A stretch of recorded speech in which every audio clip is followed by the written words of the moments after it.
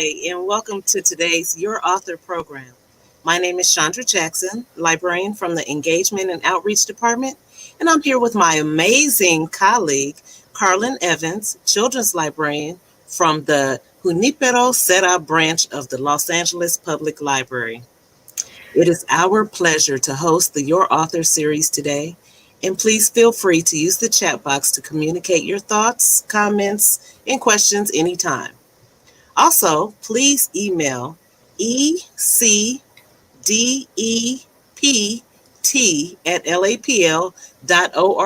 to be entered into an opportunity drawing to win Cozbi Cabrera's book, Me and Mama.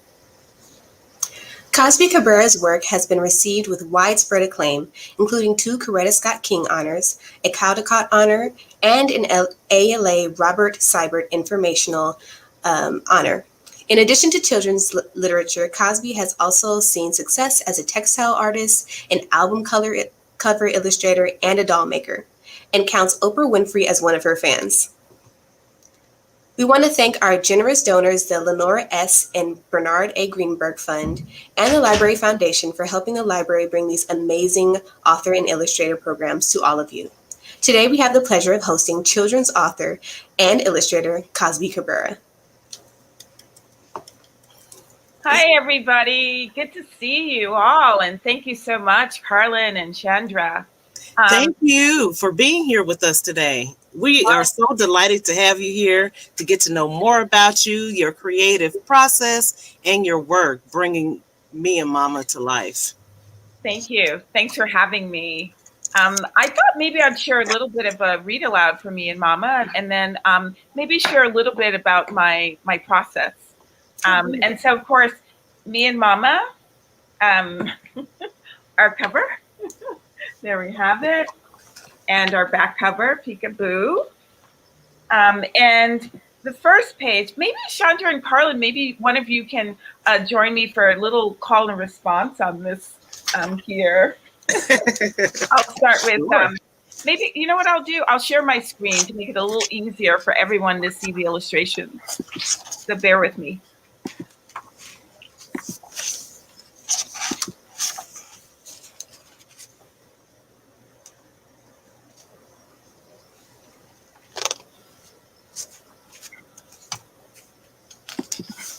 You know, I can't find it. And yeah, I can't find it anywhere. Yeah, I wouldn't even know where to. Hello, let's see. Yeah, it seems to have disappeared. So I'll try holding up the book. How's that? That works. Okay. Good morning to you. Chandra, Carlin, are you there? Yes, we're here. So you can follow after me. Oh, Good sure. Good morning to you. Good morning to you. I think you leaped ahead. Good morning. That's you, Carlin. Or anyone at home, too. But give it a try, Carlin. Good morning. Good morning. My darling. My darling. Good morning. To you. Sings Mama bright as sun. Sometimes she sings it like the birthday song. I tiptoe to where she is in the house. It smells like cinnamon. Papa and Luca are still sleeping, but I want to be everywhere Mama is.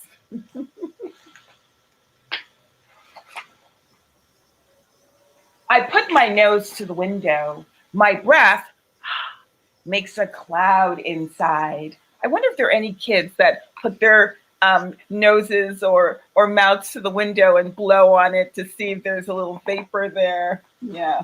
Well, she says the clouds outside are wearing shadows. The wind is painting the outside window with beads of water. It's raining, I say. The perfect day for boots and puddles, says Mama. Bathroom first, she says, then water, I say.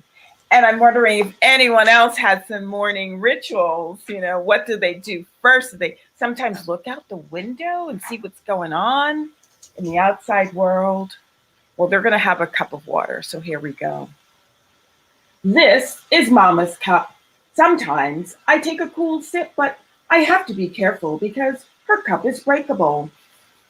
This is my cup. Mama's cup goes clink, clink with the spoon. My cup goes da, da, clink, clink, clink, da, da, clink, clink, clink, clink, clink. I see she's making a little bit of music with her cup. Uh-oh.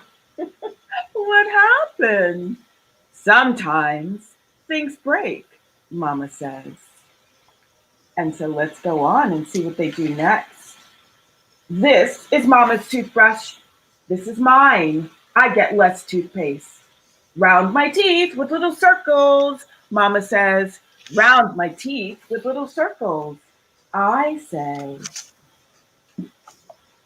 It's shower and dress time. Mama holds up my towel. A shower is warm rain that gets you going.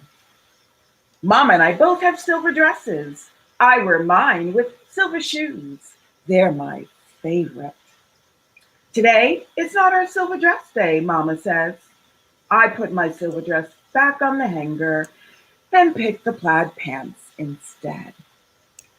So I've been asking kids all around the country what are their favorite things. And one little boy said it was his camouflage pajamas. And I said, well, how can anyone else tell that those are your favorite? He said, because I wear them all the time. Comb hair, says Mama. She points to my chair. I'm hungry, I say. Mama's thought of this ahead of time. She has warm oatmeal in the pot. This is Mama's bowl. She likes berries. This is my bowl. I like bananas. So I've been polling around asking about kids' favorite breakfasts, and all the time I get waffles and pancakes. And one little girl said sausage and eggs. And a little girl in Texas says grits. Grits were her favorite. Comb hair, Mama says again. I don't want the bumblebee beret. I don't like the bumblebee beret, I say. Mama closes her hand. She knows I mean just today. She gives me the blue beret. Comb hair, I say. I point to Mama's chair. Mama smiles. I give Mama the purple pink beret. It matches her dress. She calls it fuchsia. And I've actually worn that dress that inspired that little scene for us this evening or this afternoon. Out we go, I say. Max is waiting. These are my rain boots, and those are Mama's. Mama's rain boots are bigger than mine, and they're red. I watch for Max's tail before I close the door. Max doesn't wear boots.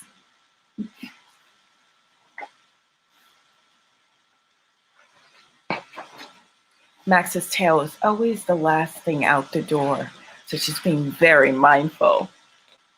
Outside, a pecker pecks. I wonder what kind of noises we might have in our world outside. Maybe a siren, right? Perhaps a fire truck, the tooting of a horn. The sidewalk is longer than it is wide. I love the grass that grows in between. It's moss, Mama says. It's velvet, I say. A hole is where a branch was. See the branches? Oftentimes those holes are formed because a branch has been cut off, and we have a number of insects and an entire ecosystem going to work on it to create a hole. Nests are left behind in winter. Some things don't let go, but for what? She notices that there's a tree here that has held onto its leaves where all the other trees have let go. The stores are boxes filled with people, and that's how she sees it.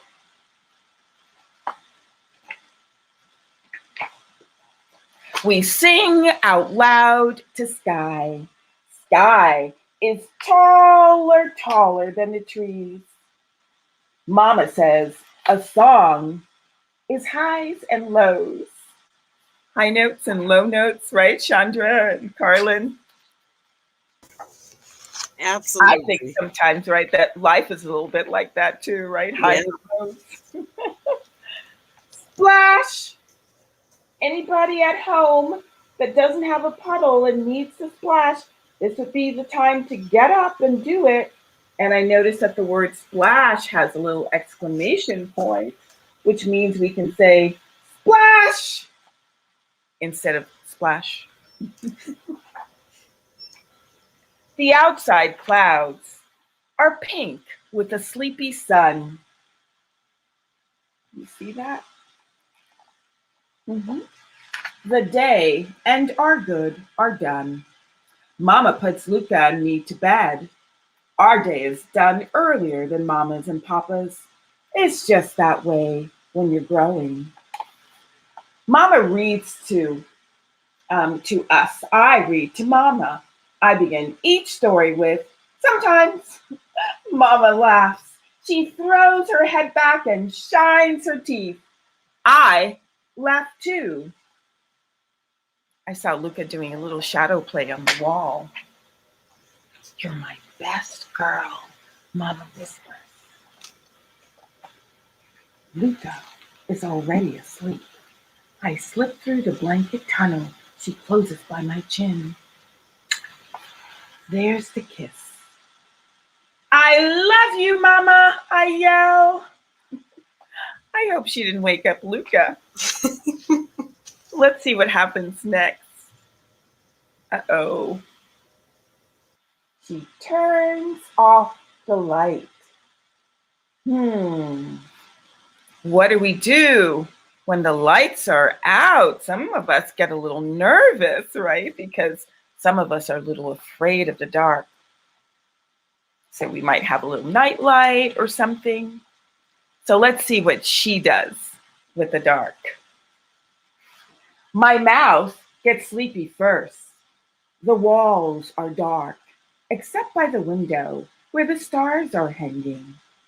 I close my eyes and let the day spin me some pictures. There's Max and Luca and Papa and Mama's laugh and tree holes and tall songs and mossy velvet as green as grass and full boxes and a blue barrette and a whole cup and a beaded window and warm indoor rain. Oh, and oh.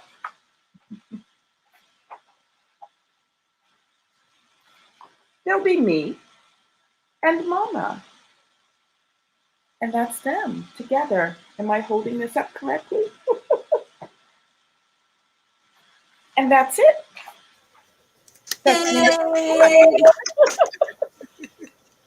I loved you reading it.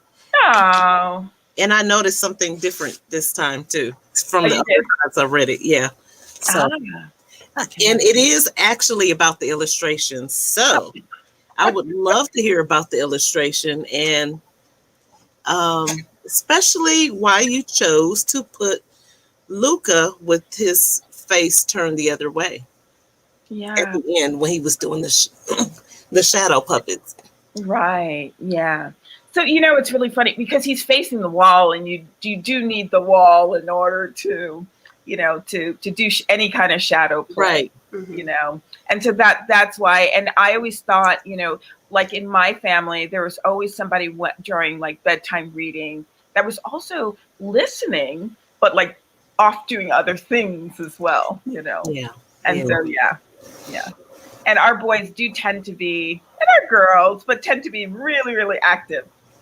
even while Yes. listening, Yeah. and that shows up a lot in the classroom as well. And sometimes we think, oh, there's a problem, but the reality of the matter is they're just able to do many things at once and love to remain kinetic, love to remain in movement. And so it's like really for us to understand that. Right. Yeah. Wow. Thank you. So we both loved Me and Mama. You mentioned that you're wearing the dress from the book, actually. Yeah. Are there any other parts that are your favorite or are special to you? Yeah, like for example, the book was really inspired because my daughter broke my favorite cup, and I like purchased it from this Argentine bakery that was going out of business and selling all their loose odds and ends and their wares. And I took it home and I was like drinking everything out of it. And one day, she was about 3 years old, she decided she wanted to do something really nice for me. And so she took my favorite cup, put it on the edge of the water cooler, and then used both of her hands to squeeze the spigot. And of course, it went crash tumble with all the weight of gravity, onto the ceramic tile. And that was the end of that. Poor thing. Yeah, but, she wanted to do something nice for me. And so I wound up saving those pieces because it was still beautiful, even in the condition and state that it was in. And I felt like inspired to paint it. And that's when I decided, you know what? Let me string together all of these little moments. I know, Carlin, you mentioned you have this little one now, and so those moments, they're so fleeting, even though at the time, that they're occurring, that expression, that adage about the days are short, but the days are long, really, but the years are short, Absolutely. Yeah, and it's so true. And so I wanted to string those precious moments where the soul is being nurtured and watered and fed, that happens in the disguise of what we call the ordinary or the everyday, but like something incredible and fortifying is occurring in those moments. And I just wanted to string those moments between good morning and good night, into like a narrative. Yeah. Yeah. Wow. So is there anything else in your illustrations in this book that's reflective of your experience or your surroundings? I think a lot of, like a lot of the little items, maybe with the exception of their swimwear, are items that we have, at home or have had. And also like the mom's workspace, those sort of resemble, something that you would find in my workspace. And, like even when the daughter's combing the hair and like yanking out most of it.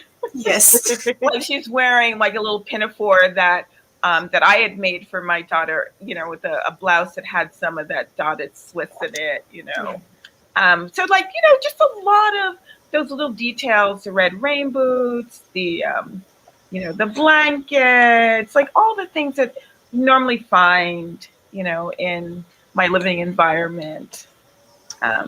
Yeah, and perhaps even that last spread with the living room, does resemble our living room now.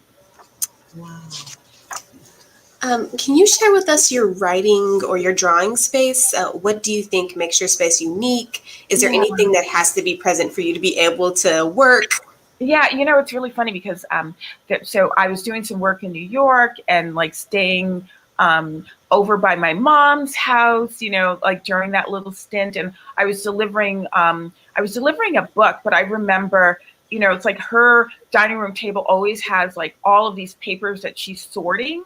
And she's been sorting them for years, but it seems like more keeps coming in the mail. And so she's never done with that. So the whole dining room really was like taken. And I just remember having that tiny little corner of space, to work with, after work at night and thinking, that's all it really takes.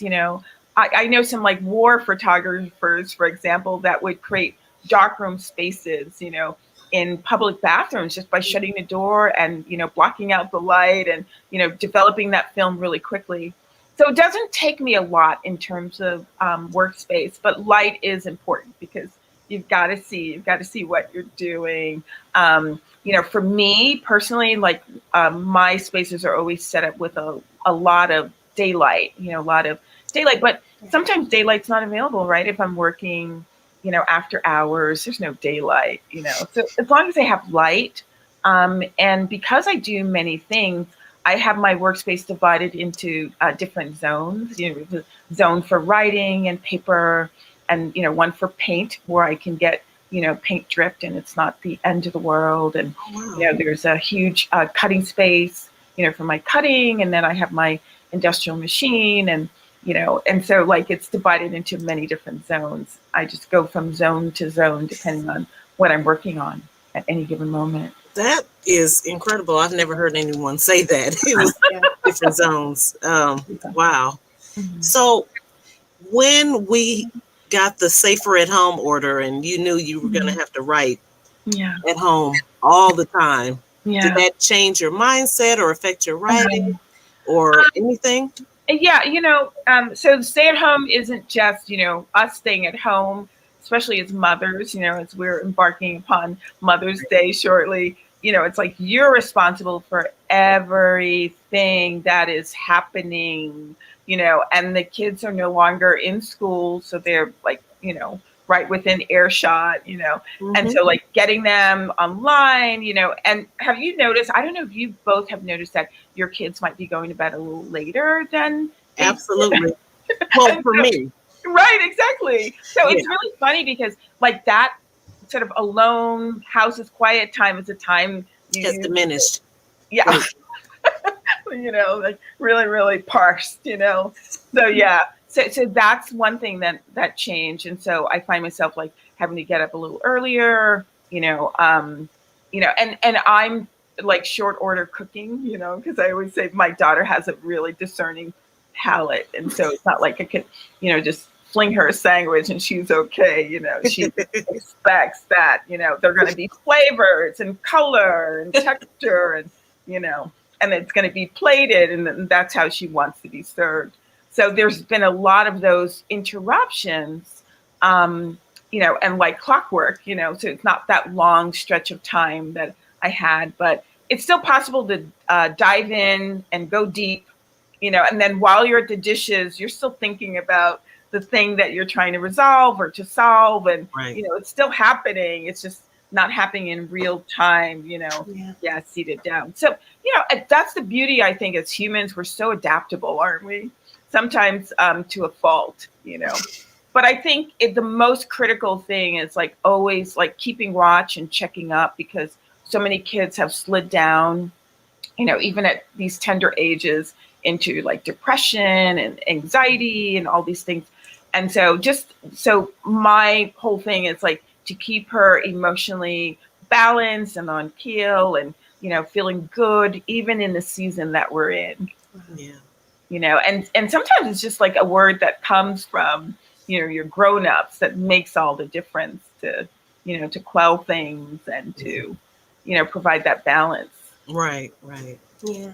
It's amazing that you've been able to do that for her and keep such a positive outlook. Right. Is there someone that you are writing to when you're writing? Is there a specific audience or target, or does it sort of vary depending on the project? I think it depends on the project, really. For My Hair is a Garden, the book that I wrote and illustrated a little before Me and Mama, it was, this like a Black girl that had been adopted, by a white mom, and the white mom didn't know how to do her hair. And so she was asking me for some advice, and I was trying to give it to her, but I could tell she didn't want to. It didn't make sense for her because her hair was not like that, nor anyone else in her family. And so that book I wrote for like that particular girl because I wanted her, if she had some questions on down the road, that she would be able to find her way on the path, So it all depends, Me and Mama, I decided that, I wanted the child to be very young. And I love, like, if we listen to our kids really are the first poets. It's like the stuff that comes out of their mouths and how they connect things. It's just really, really original, because they see things from a very fresh and new perspective because they're so brand new in the world, before they've been schooled and taught. There's some like real genius that comes out of that. And and that's why it's titled Me and Mama. If we were an older child, she would probably say Mama and I. A little tense position there. Oh wow. So what's your next project? So I'm working on illustrating a book called Brown Girl, Black Girl by Leslie Honore, and that's being published by Little Brown next year, as well as a book about Edna Lewis, and that's coming out of the Abrams family. And Edna Lewis was this amazing chef, like a Southern chef that changed how we perceive Southern food, because real Southern food isn't necessarily like the greasy spoon. It's really like fresh things that have been harvested and brought to the table, and they're cooking with like really amazing ingredients that are in season, that have been harvested from the land, and the flavors are really incredible, even in the simple preparation. So Edna Lewis was also a seamstress. So she like made dresses for Richard Avedon's wife and Marilyn Monroe and all of that, and then went into, becoming a professional chef. So she had quite a background in a range. So I'm working on that as well. And I'm also in contract for Me and Papa, which is the companion volume for Me and Papa. We can't wait for that one. Oh, I'm excited now. I want to know about Luca and Papa. Oh wow, that's awesome. So I'm wondering if I had time to share a little bit, and then do you think I have time or no? Yes. Yeah. Okay. I'm going to share a little bit about some of my process, and then I'd love it if you have questions, Carlin and Chandra, or maybe from our viewers or audience. And let's see if this works. If this works this time. There we go. Can you see it okay or no? Yes. Yeah. Okay. So this is me at 4, and I was like painfully shy. All of my siblings, all 4 of us, were painfully shy, but I was like the shyest of them all. Mirror, mirror on the wall. And we were so shy that when people came to the house, we hid under our beds. And this particular day, I'd gotten lost, and so I'd been completely separated from my family in this like really huge recreational park, and some policemen, came upon me and asked me if I was lost, and I nodded my head yes. And so this is probably that is the reason why I show up in the picture solo, because every other childhood picture I show it with my siblings. And so this is what I did. I did music packaging for Atlantic Records and Sony Music, and it was my dream job. I got to work putting images and words together, and I did this for Genuine, a Grammy Award-winning artist. This was his first album package, and this did win a Grammy. And this is like the inside. So I just loved working with typography, arranging it in many different shapes, to create information on the page that would be enjoyable for the listener who might be a fan, to enjoy reading it as they were listening to the music. Wow. This is another artist who came out of Compton in California. His name is Cam. That's his package, Michael Crawford. And so, yeah, the whole idea is to put swagger onto the page, using what you have available, which is images and type. And so I left all of that to make these handmade dolls. I made them out of linens and tissue linens. The first ones I had hand embroidered faces, and then I went to paint the faces and treat the linen as an actual canvas. And I'd been going to all these different antique shows, and so the black dolls I saw, I just didn't like, and I felt they were not necessarily made in love, and I wanted to do some dolls that had an aspect, an element of grace and beauty that represented me and represented people who resembled me. So this is, Cozbi, Do yes, you have sorry any for interrupting. pictures? We're only seeing your first slide. really? Yeah, Oh, wow. Oh, so you've missed everything? yeah. And it says that StreamYard is sharing a window. Oh no. Okay, so let's abort this because this is only all about visuals. So I'm going to stop sharing. Oh no.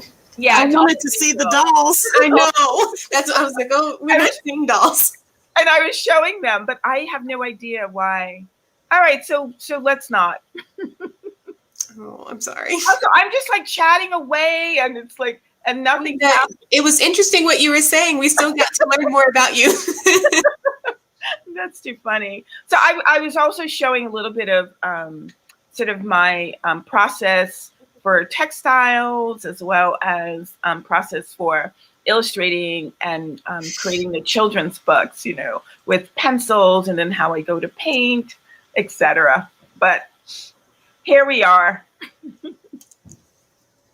I'm sorry about that. Oh. Okay. Well, do you have any words of wisdom for the young creatives or the old ones? Yeah. Well, there's no such thing as old, I feel, as long as we have breath, you know, and life, and we're able to take a step, and we're not able to take a step, then if we can crawl, then, you know, then there's no such thing as old even. So I think that there's so much inside each and every one of us that we have to mine for it, you know. And, you know, it's so funny because I asked one of my daughter's friends, you know, do you have any idea what you might want to do, you know, when you grow up, you know? And I'm always careful about that question because it's so early to tell, right? So she said to me, oh, yeah, no, I definitely know what I want to do. I'm like, really? What do you want to do? She goes, I want to be a YouTuber. And so I thought, you know what? As a response, like that was not something anyone would have said even 15 years ago. Right. So like things are in flux and being invented. So there's no way, you know, there's no way to say, you know, like what even our children will be doing, you know, years from now. They may be running the Mars shuttle. And like, who knows, right? It's like there's no way to tell. But, you know, what I do observe about children is oftentimes one or two things. There's something that shows up early, you know, like with my younger brother, you know, who went to major in engineering. It's like, you know, we'd be ironing our clothes in the morning and like, oh my God, what is taking so long? And then realize that the iron wasn't hot because he had blown out a fuse the night before doing some kind of experiment, you know. And so like he had this ability to like take things apart and put it back together again. And my father was the same way. So like there's stuff that shows up in our kids like really, really early. So I think it would be incumbent upon all the adults to just like pay attention to those things, you know. Mm-hmm. It's like sometimes we're like so almost like enthusiastic to kind of to write a program for our children, you know, that we're not even like observing like what might be right in front of us, right. You know. So I say, you know, for kids, like do what you enjoy doing, you know, because it's definitely always kind of connected to what you might be passionate about. And then for parents, like try to provide as many opportunities for our children to explore many different things, because who knows, you know. Yeah, I agree.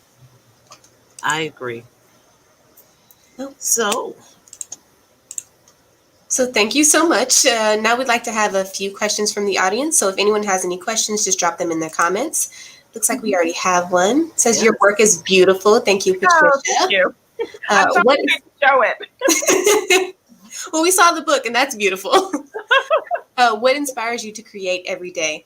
Oh my gosh. I think it's just like my own like curiosity, just like curious about the world that we live in and the people that I encounter. And oftentimes like, you know, and that's one thing that I think showed up really early. Like my sister was always like saying, hey, you're staring, because I was like a really keen observer. And I was like, I would people watch and like watch all of the, the body language and all of the little sort of like nuances, and so I till this day, I still love to look and to observe. And so there's always something that is kind of like calling me, to translate that in some way in a form of expression.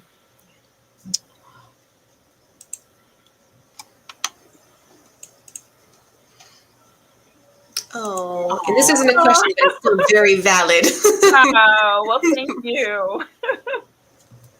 Awesome. Oh, wow. So do you ever, here's a good one. How do you feel to be an honor winner? Yeah, it's a real privilege. I'm going to say that, and ALA, that whole entire honor weekend happened, and it wasn't even on my radar until when I got these phone calls and whatever. I was like completely shocked, and it's like I say, we don't do it for the awards. We do it out of love and out of this impetus and need to express. So I think when the awards come, it's just gravy, but it also feels very much like no different than an act of grace, because I think there's so much good work also, that doesn't get the exposure, so yeah, so when the award comes, it just feels like, wow. Well, congratulations. Oh, well, thank you. Yeah. And I would like to say Happy Mother's Day before. Oh. We still have time, but I do want to say Happy Mother's Day since we know you were a mother.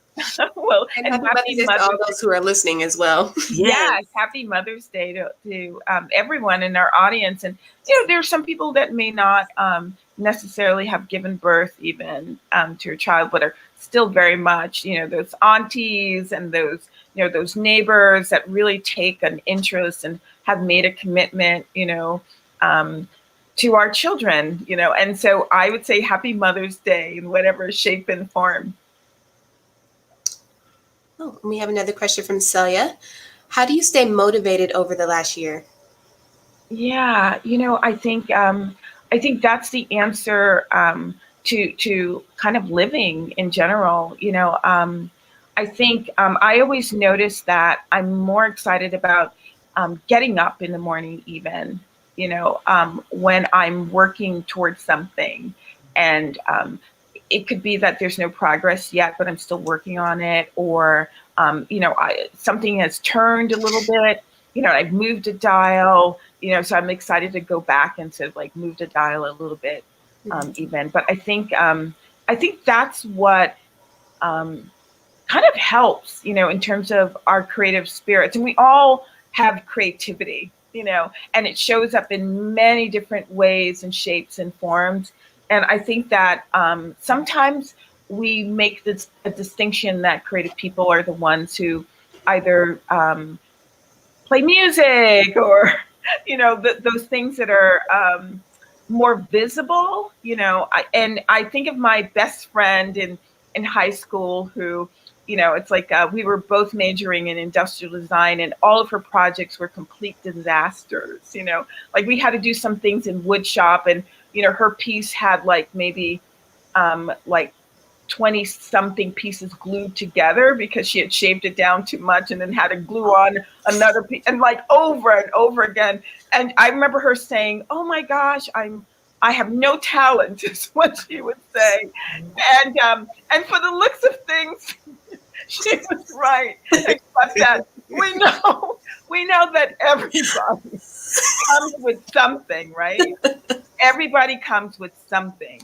And in her case, she wound up just like being an amazing listener, just amazing, and having the ability to synthesize, what people were either saying or perhaps trying to feel, and had like always enormous empathy, and so she's a trained psychologist now, and it's supposed, but she's not any old psychologist. She's like, so like the best of the best, because, Right. it's like that was her talent, but if like you were calling all the kids over to showcase their talents, it's like, how do you showcase something like that? Yeah. It's so some things are more visible, but and some things are not that visible, but like equally tremendous, equally valid. Wow. Can you share one of your most favorite memories while working on a project? Oh my gosh. Okay, so the thing that I remember most about any project is like what's not quite going right, and I remember trying to deliver on something, and it's like nothing was going right, and there were times when I would sit down to paint and like it just wasn't even happening, but I still had to like show up, even though I mentioned the dial wasn't moving.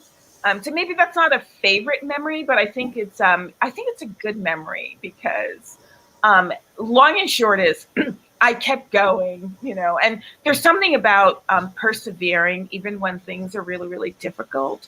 It's like when you get to the end of it, it's like you almost can't believe that it happened, because it didn't come easy necessarily, And so times like that, I think are very memorable, even though it may not be favorite, so I can't put memorable and favorite in the same sentence for that, But I do think that something happens to us when we persevere. It's like we become even more keenly focused and attentive, and it's also very humbling, right? I was going to say that. Yep. Yeah, because and that I learned very early in my freshman year in college, when I had to turn in this sketchbook, and I was always like a really amazing draftsman. I could draw from really early on, and even my preschool teacher noticed it, but I just remember, I was like focusing on my calculus and my biology, and he said, I need you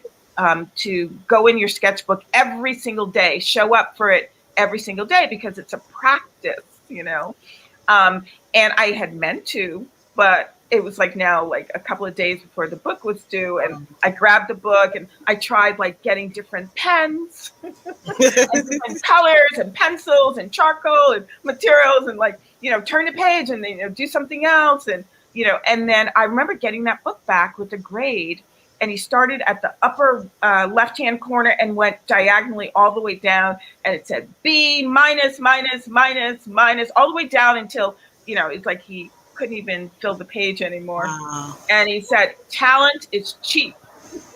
It's the work that makes the difference. Wow. I love that. Yeah, and so like what we give ourselves to, and I say even for kids out there who may want to do something and they're not necessarily particularly good at it, it's like, just stick with it, remain in practice, and see what happens, when you turn yourself over to it.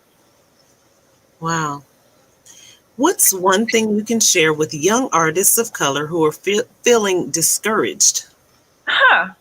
Okay, so the whole feeling of discouragement, I think, is an illusion, because oftentimes we feel discouraged because there's no acknowledgement, right?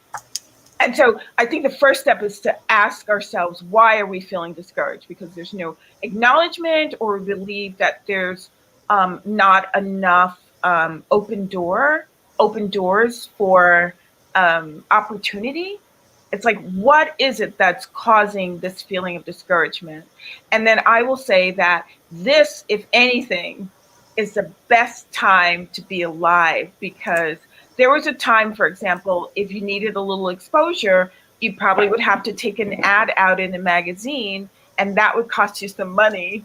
And now all you do is you have social media, right? There's Juliet Powell who said, oftentimes to get one people in a room, you'd have to rent a stadium. And even that had a seating limit and capacity. Mm-hmm. And so now you can get 33 million people in a room, just by posting something on Instagram or social media. And so I think like now, if anything, everything's so much more democratic in that respect, in terms of like exposure. And so I say, if you are feeling a little discouraged, then work on your craft, whatever your craft is. Work on it, give it the care and the attention, and build yourself up until you're feeling encouraged about what it is that you're doing. And then feel free to share it. And now you have ways to share it that didn't even exist, maybe 15, 20 years ago, that don't even cost you a lot of money. You can even borrow the Wi-Fi if you have to. Absolutely. So I say go for it. That's what I would say. If you're feeling discouraged, just go for it. Yeah. Is there anyone you are hoping to work with? What would be your dream partnership? I don't know. I guess I haven't thought about it. I'd have to think about it. I've been really fortunate to, I've just been really fortunate to do many different things with some really superb people, in many different disciplines, So I'm going to think on that one. What's your favorite part of illustrating a book? The beginning, middle, or end, and why? Yeah. So I think when you're illustrating a book, there is no beginning, middle, and end. I think that there's kind of like how you start, and you may decide that you don't necessarily want to start in the beginning, And so what I say is, like, when you're working on a project, what you really want to do is to find the heart of that story. Like this one manuscript that I'm doing, because I normally I will not do a real complete read of the manuscript. I'll just like gloss over a little bit to know if I love the language or if I love the subject matter, and then I'll make a decision whether I'm working it or not. And I'm careful not to do a careful reading of it, because when I sit down to start the project, I want to be able to almost like see the manuscript with fresh eyes, so I can see what comes up, and I can't if I've, overcooked it early. So that's one thing. So like one manuscript, more recently, I kind of understood what it was about. I knew that I loved the language of it, but then I was like careful not to read the manuscript at all before beginning, and really go into the subject matter and do whatever research I needed for the subject matter, so that I was mining for the things that may not necessarily show up in the manuscript, because I didn't want, I didn't want the illustrations to only match the words in the book.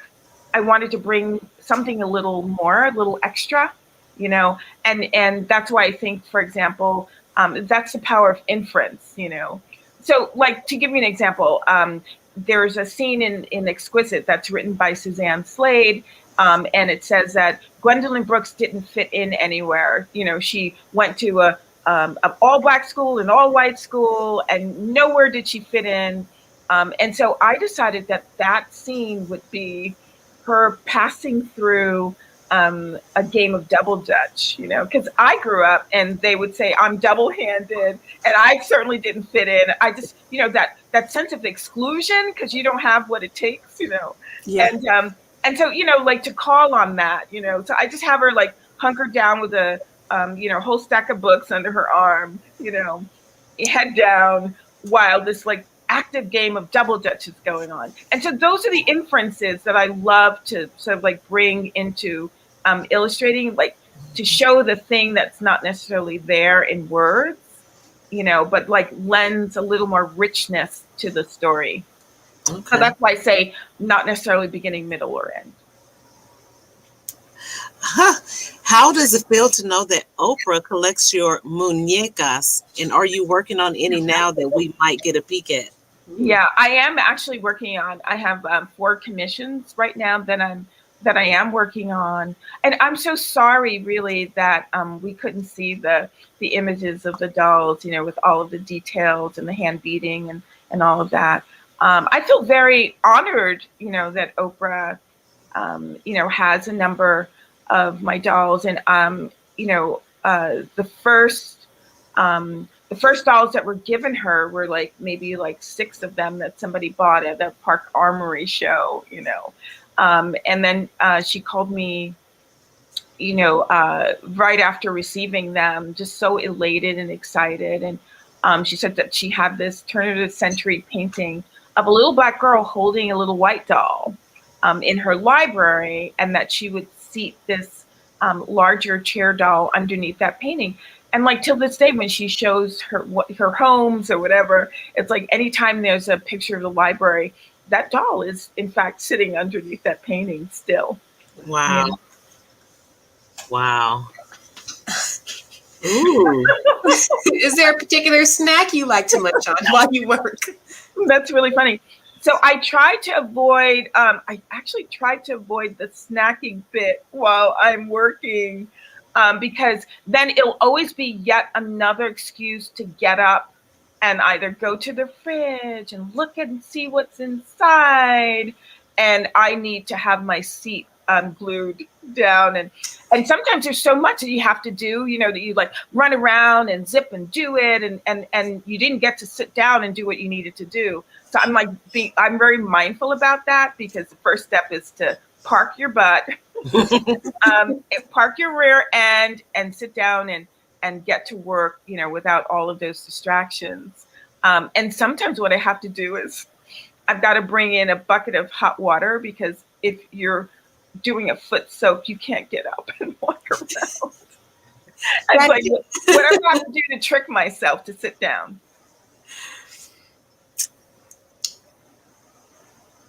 Oh. Do you have a favorite doll? Are there any that were difficult to part with, or any you would never give away? Yeah, so I've always looked at what I was doing as sort of my letters to the world, and the whole idea of making a doll is to send it out into the world, because my whole reasoning for making a doll was to change your perception,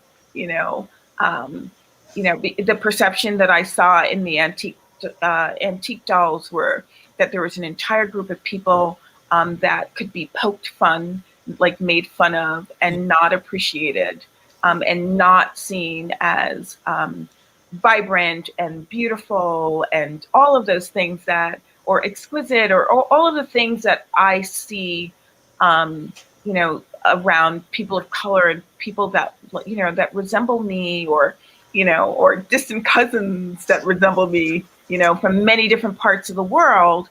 And so the job of the dolls was to go out and share this perspective that there is beauty and that there is grace, So it's not just for me, and so that's why I don't think of it, in terms of me keeping it for myself. Yeah. Wow. Oh, well, I don't think there are any more questions. Those were mouthfuls. I mean, those questions were so awesome.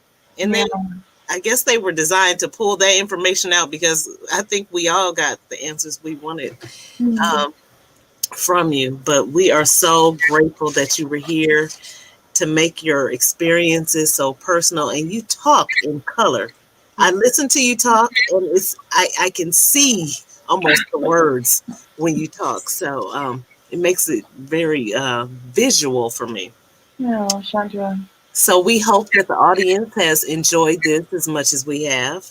Our next Your Author program is next Friday, May 21st at 4 p.m. with young adult author Kelly Lloyd Gilbert.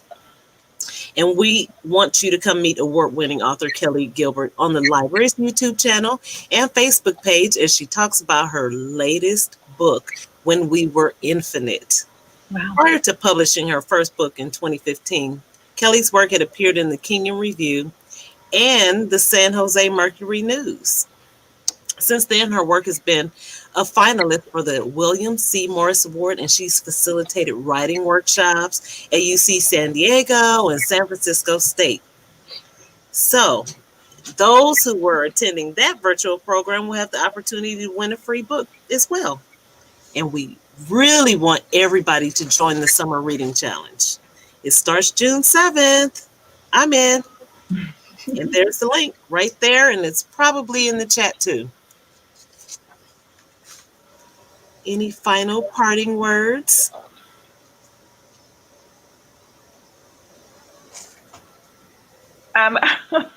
Is that for Carlin or? For you. Oh, for me. Yes. Oh my gosh. Well, I want to say thank you so much for inviting me and allowing me, time to spend with you and your patrons and, all of the people that tuned in this afternoon. So thank you. Thanks so much for having me. Thank you. Thank you. Happy Mother's Day. Happy Mother's Day. Goodbye. Bye.